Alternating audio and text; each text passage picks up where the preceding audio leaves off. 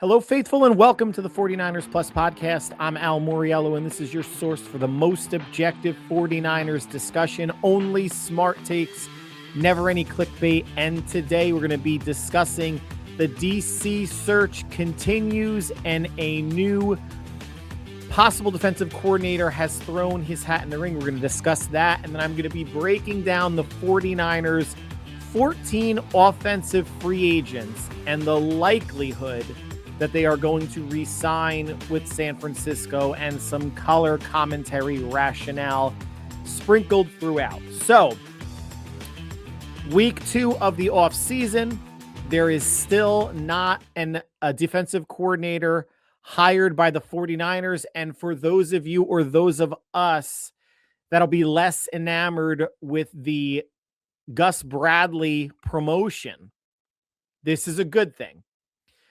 Kyle did say they were going to cast a wide net, do a comprehensive search, but it's fair to say that Gus Bradley is the leading internal candidate, which compared, when you can look at other internal coaches, and Daniel Bullocks, I think, was released this week. Longtime assistant coach, I believe he was the D-backs coach the past couple years, no longer with the team. Per reports, there's really nobody else internally that Kyle is going to trust year 2 of this defensive rebuild to.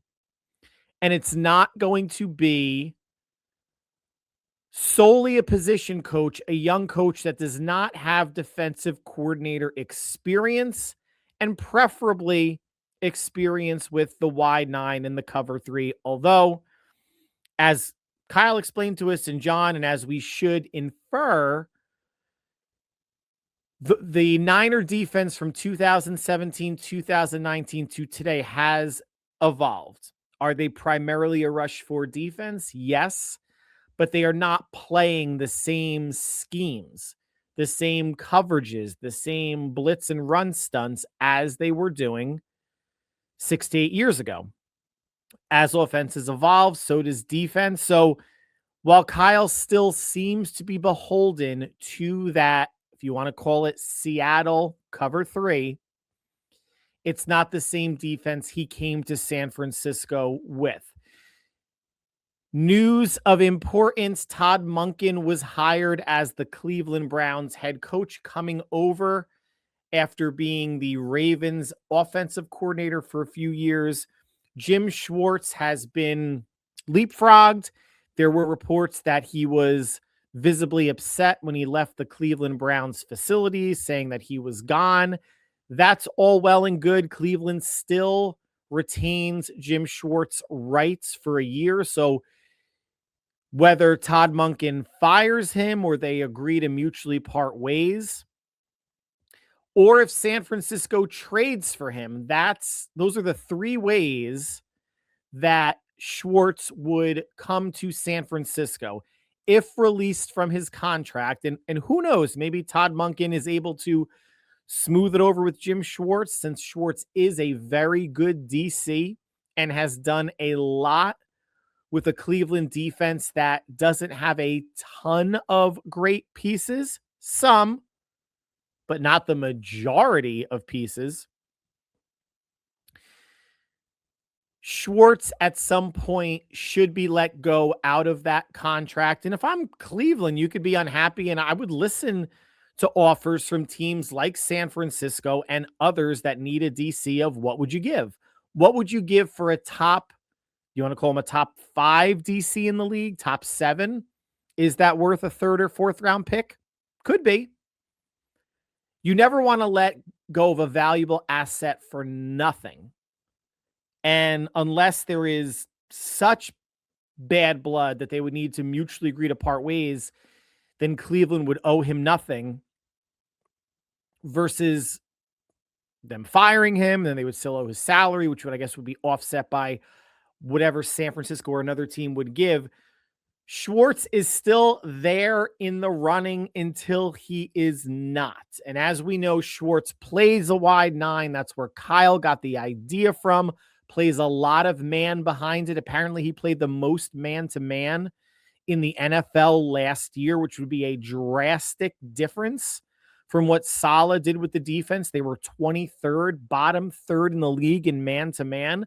They have the corners that can play it, assuming Demo Green and Stout stay healthy. They would need a rangy ball hawking safety, which they do not have, someone that can potentially come down and cover a larger slot or a tight end.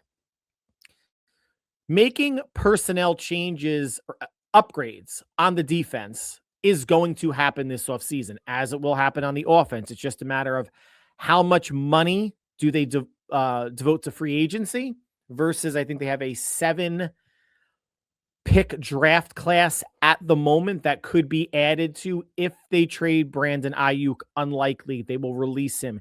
If they trade Mac Jones, unlikely they should keep him unless they get the equivalent of a king's ransom for him. And again, to me, that's either a first or a second plus. Schwartz would obviously bring more aggressiveness than Gus Bradley will, than Robert Saleh did, than DeMeco Ryans did, then Steve Wilks, then Nick Sorensen, obviously. Raheem Morris, not so sure. In his stint with the Rams, middling-ish defenses, doesn't play the wide nine, but Kyle Shanahan has a relationship with him.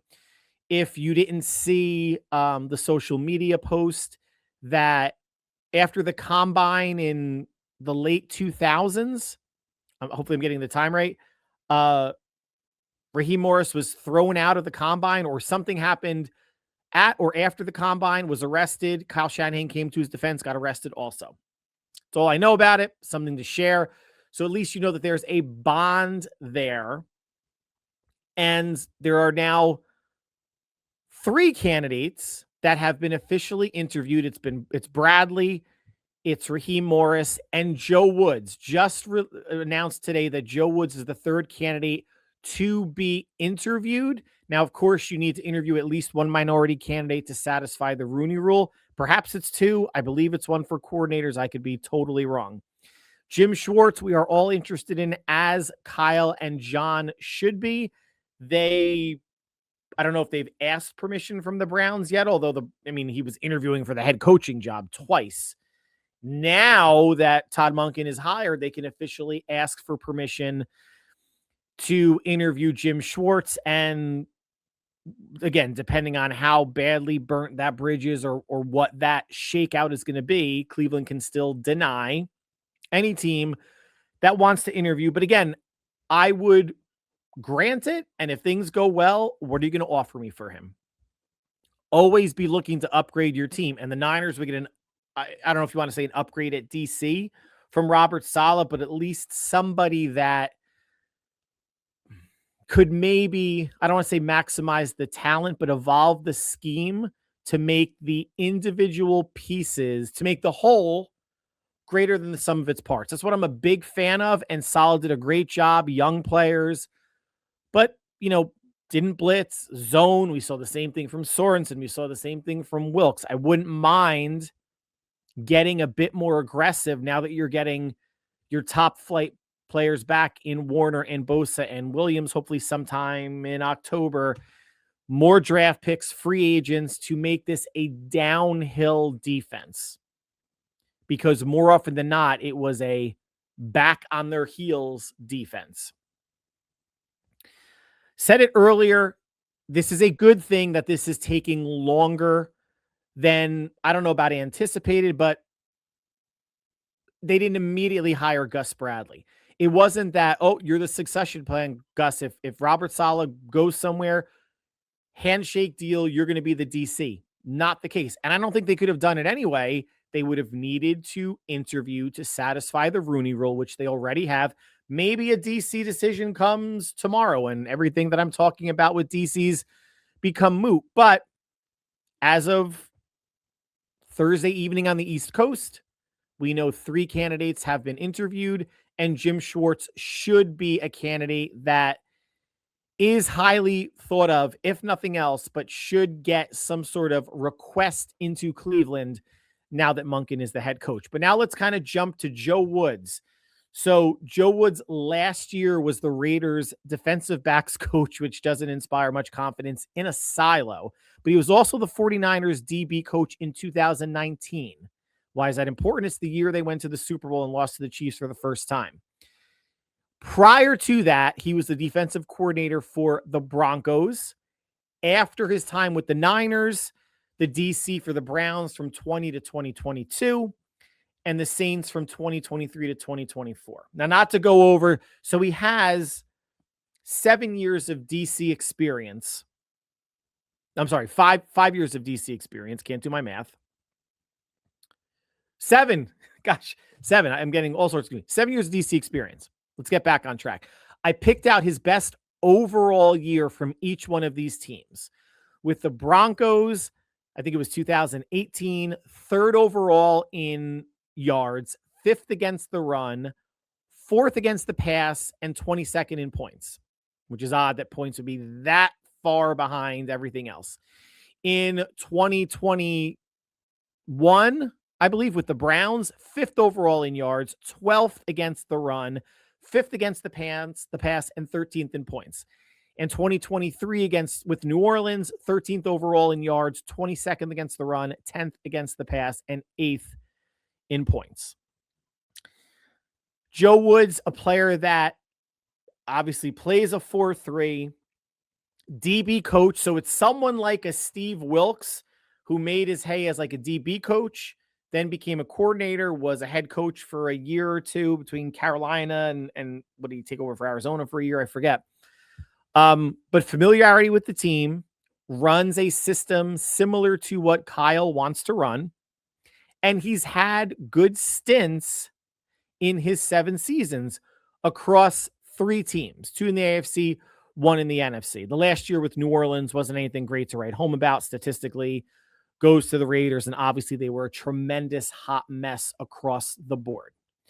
Joe Woods, I think, is a worthy candidate. We will see if Kyle brings in anybody else, if Jim Schwartz is brought in, or at least a Zoom call.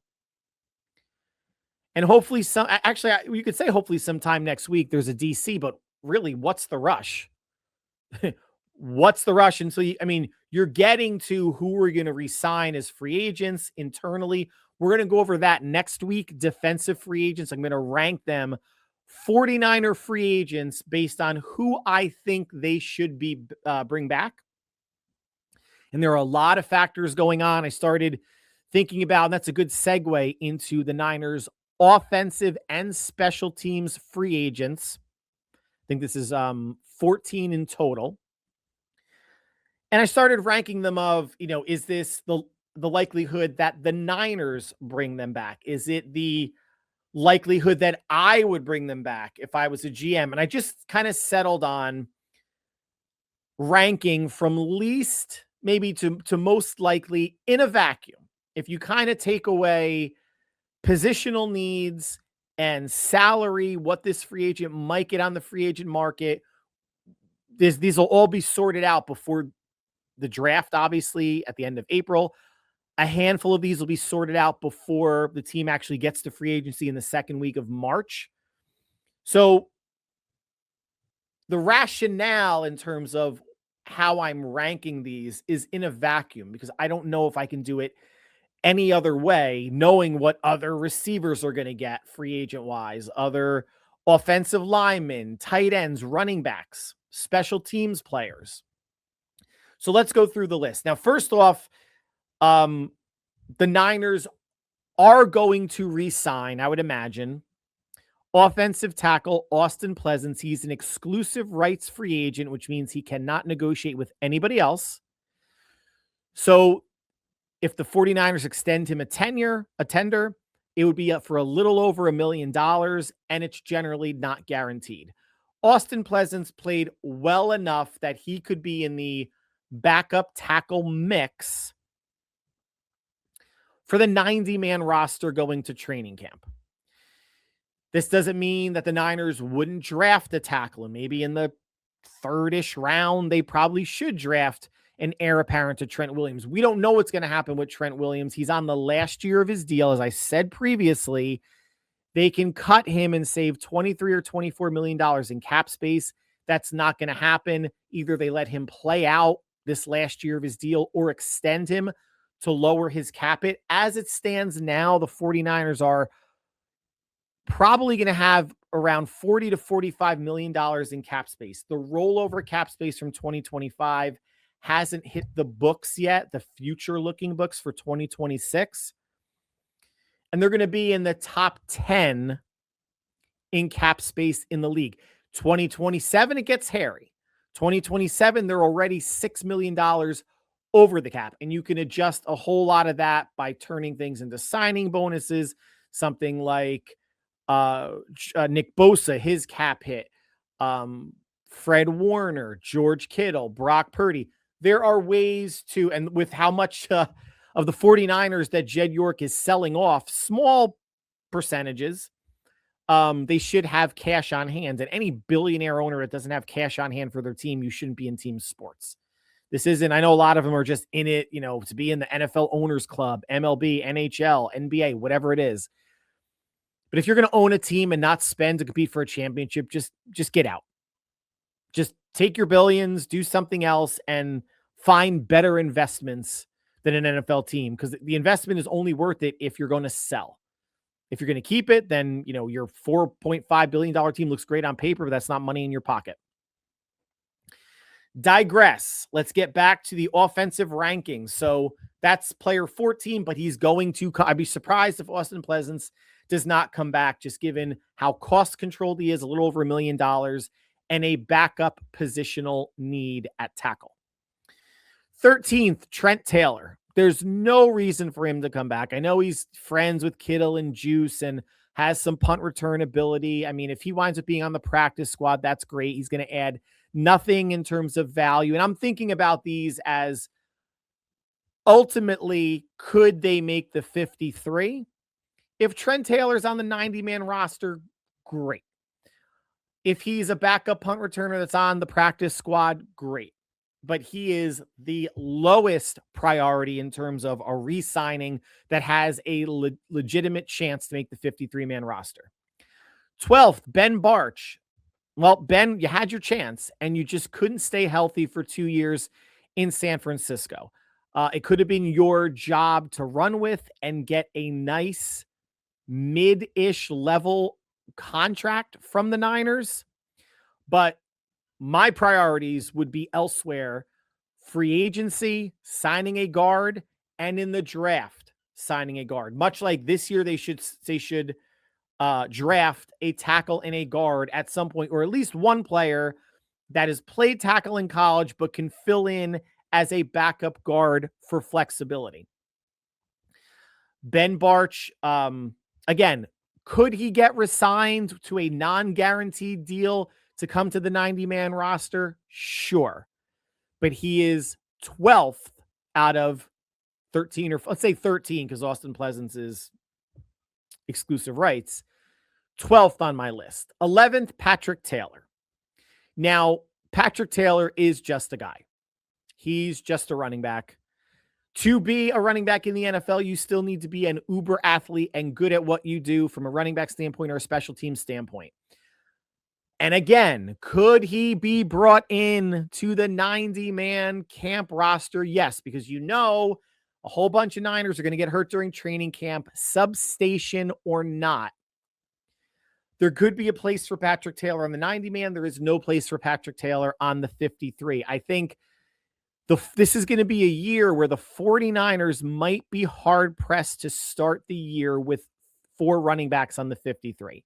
It's definitely going to be McCaffrey. It's definitely going to be Jordan James. It might be Isaac Guerendo, or it might be a veteran that bumps him off or makes Guerendo the 4th running back should they carry 4. I haven't gotten to the point yet because we have no idea who they're going to sign, what the roster is going to look like, but I have my own ideas on how many D linemen I think the Niners should have, how many running backs, how many tight ends, how many quarterbacks the Niners probably will have. Offensive linemen, probably going to be 8 unless they bring in a good free agent. a mid-level free agent and make 2 draft picks, high-level-ish draft picks, 4th round or earlier. Could go with 9, but probably should go with 8. So Patrick Taylor, 11th on my rankings in terms of re-signing with a chance to make the 53. 10th, Spencer Burford. Now, got the chance. He initially started out as the swing tackle, got the chance to play left guard when Connor Colby wasn't quite ready. The starting 5 right now: Trent Williams, Connor Colby, Jake Brendel, Dominic Puni, Colton McKivitz. And you still have on the roster Brandon Parker and Zach Thomas, Drake Nugent, if you want to count that, Isaac Alarcon, whatever. Spencer Burford is going to get decent money in free agency. Again, last year, Aaron Banks got what? $18 million a year for the Packers, and he wasn't very good. Jalen Moore got what? Over $10, $12 million for the Chiefs and didn't start a whole lot for them. And I shouldn't speak completely out of turn because I don't know the starting lineups for the Chiefs offensive line, but I watched a lot of Chiefs games and he wasn't starting, whether injured or not. Spencer Burford is going to go the Jalen Moore route. He has tackle guard flexibility. He is going to get more than what the Niners are going to be. I don't even know if they're willing to pay him anything. They know they need to upgrade at guard. Swing tackle is swing tackle. You don't need to spend $5 million on a swing tackle. Austin Pleasance might be good enough. Or maybe he mans the right side and they draft someone that can be Trent Williams, heir apparent, on the left side, but can also play left guard this year, in addition to bringing in a free agent at guard. Spencer Burford, no thanks. Brian Robinson, I have 9th. I just talked about the running back situation. The Niners might be pressed to go with 3 running backs due to positional needs, numbers at other positions. And honestly, what the fuck is the point of a 4th running back on this 53-man roster? 3 suit up. I get it. 3 suit up. 2 only get carries. 1 plays on special teams. Brian Robinson was somewhat wasted on San Francisco. And even if the Niners gave him a contract, I think Spotrac has him estimated at a $6 million average annual value, which is fair. I mean, he's not going to be a starter anywhere, but that's like good, splitting your running back type of money. If you're thinking about like a Rico Dowdle and a Chuba Hubbard type of deal for like a 1 and a 1A or a 1 and a high 2. Brian Robinson is not going to come back to San Francisco, regardless of what they offer him. He is not getting the touches. And I'm sure he wants to go somewhere where he has a chance to be the feature back or at least touch the ball more than 3 to 5 times a game. While he's a good running back, he is not a priority because of how Shanahan doles out the carries, and that should change this year a bit. I think even Christian McCaffrey was open to ceding touches to someone else, whether it's Jordan James or a free agent coming in, someone like I keep bringing up Najee Harris just because I know he's a free agent.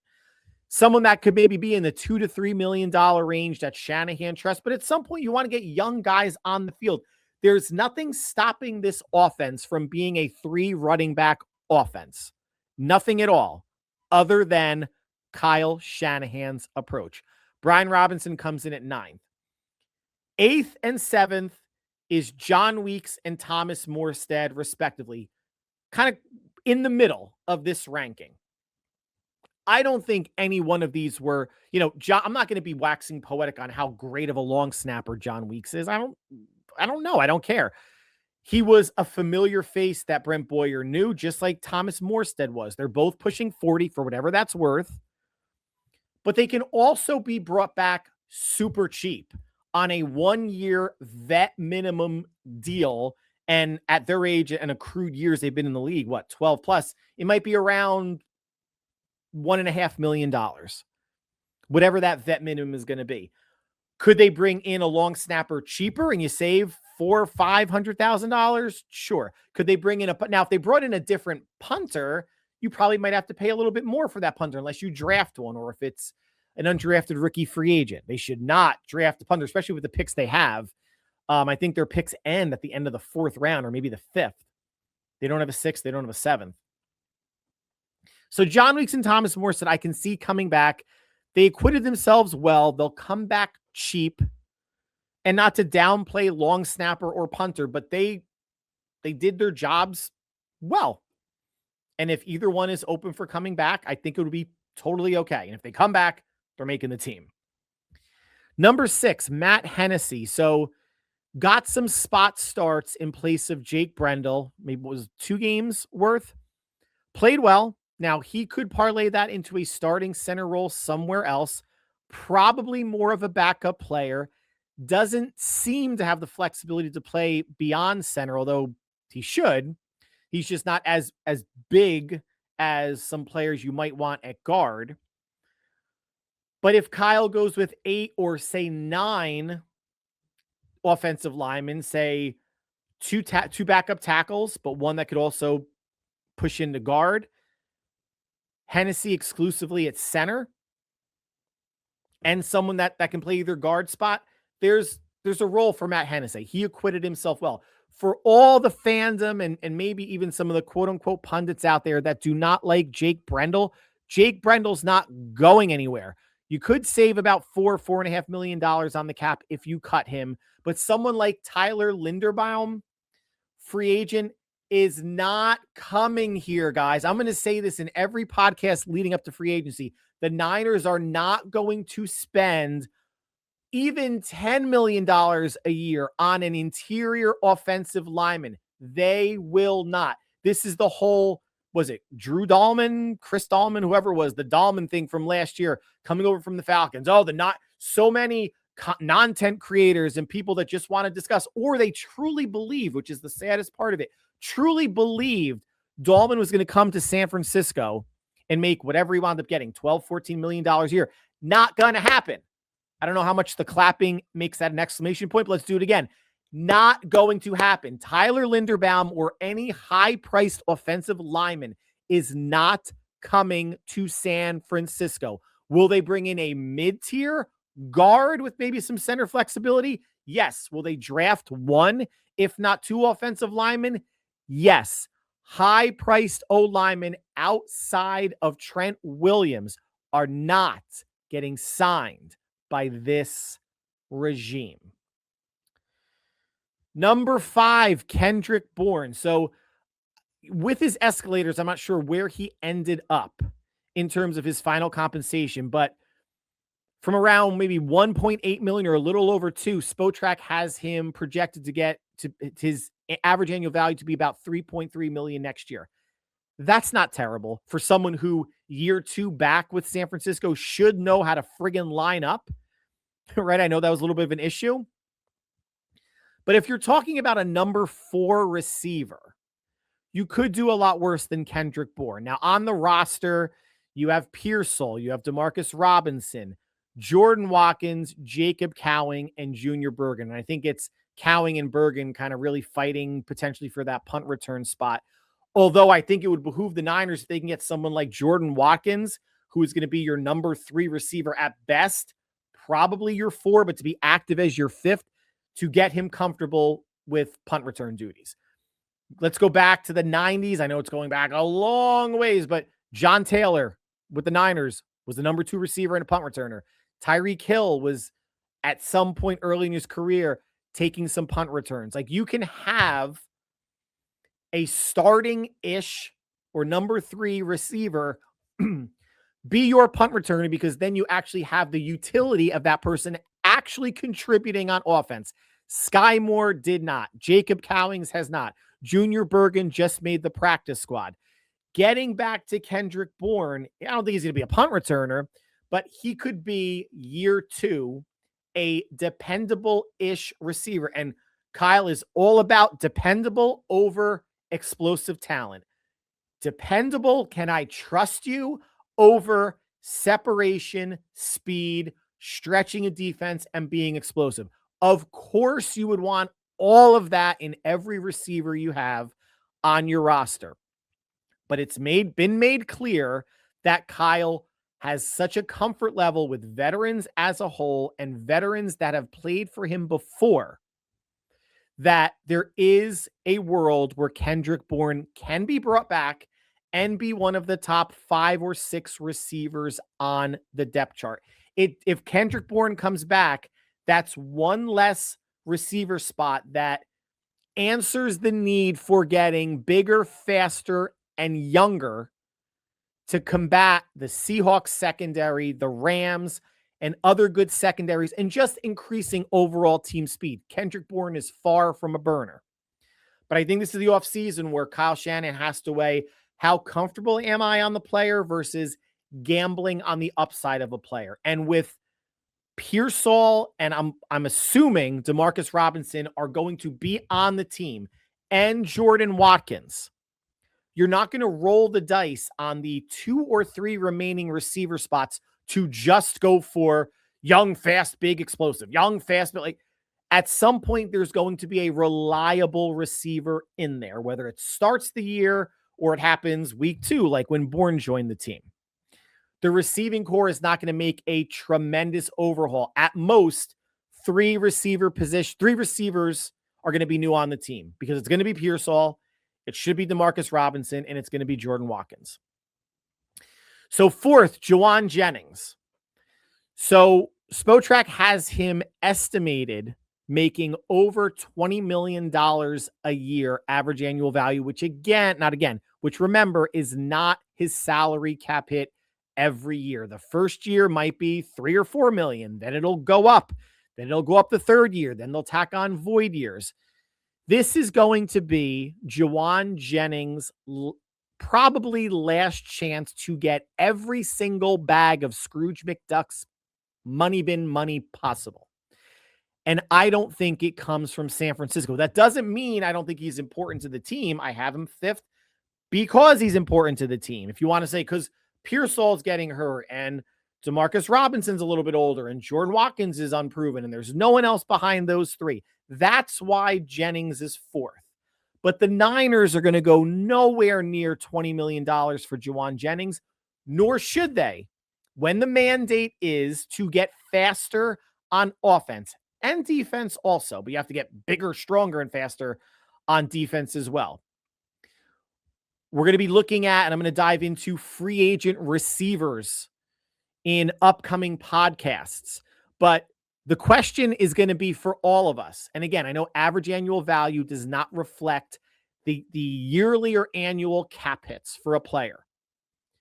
But do you want Jauan Jennings at $20+ million annually or Kendrick Bourne at $3 to $4 million annually? Do you want Jauan Jennings at $15 million annually versus someone like a Kendrick Bourne at 3 to 4, or someone like a Juju Smith-Schuster, who's the same body type as Jauan Jennings, that can maybe fill that big slot role, is not super fast, but faster than Jennings is, for a quarter of the price? Now we're talking risk returns, right? Or what are you going to get out of Jennings for the cost versus what are you going to get out of someone else for the cost, right? The Niners are going to be weighing that. We all love Jauan. He's a dog, plays with great intensity. But is it worth what he's going to want to get on the open market? And I don't believe it is. Sky Moore, number 3. Again, the whole receiver situation is so in flux, but he at least stabilized the punt return unit. He made $1.6 million this past year. If you can get him for around the same amount, maybe no more than 2 on a 1-year deal, you could bring him back with maybe less than half of that, significantly less than half of that guaranteed in case someone emerges in training camp. Sky Moore didn't bring much to the party offensively.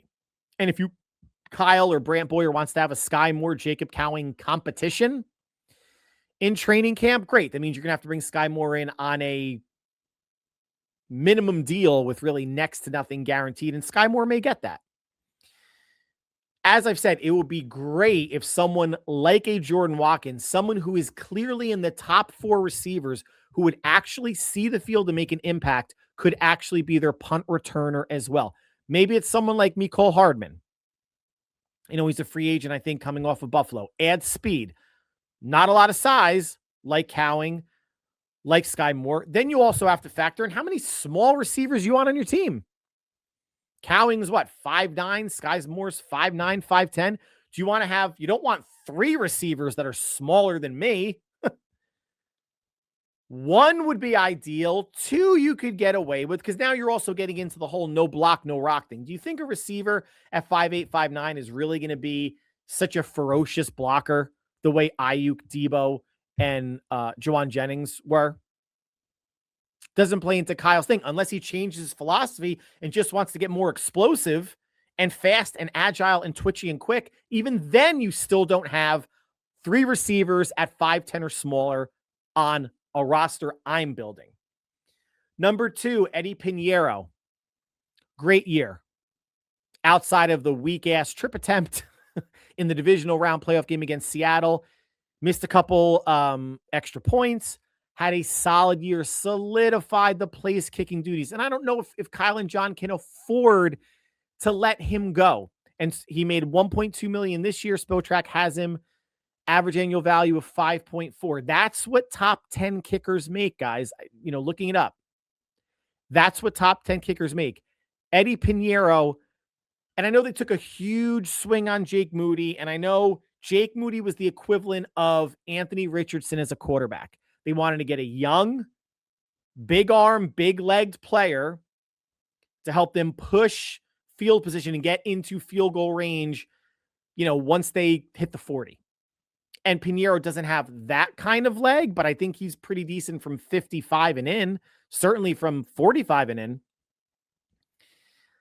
If he gets what Spotrac says he should get, about $5.4 million a year, it should come from San Francisco. You need to check that off the list. And other than someone like Daniel Carlson, who I think is an unrestricted free agent, formerly of the Raiders, maybe if you get him for half the price, you consider it. But this almost be, why mess with a good thing when special teams has been such a shit show with Jake Moody in 23 and 24, which led him to get cut in 2025.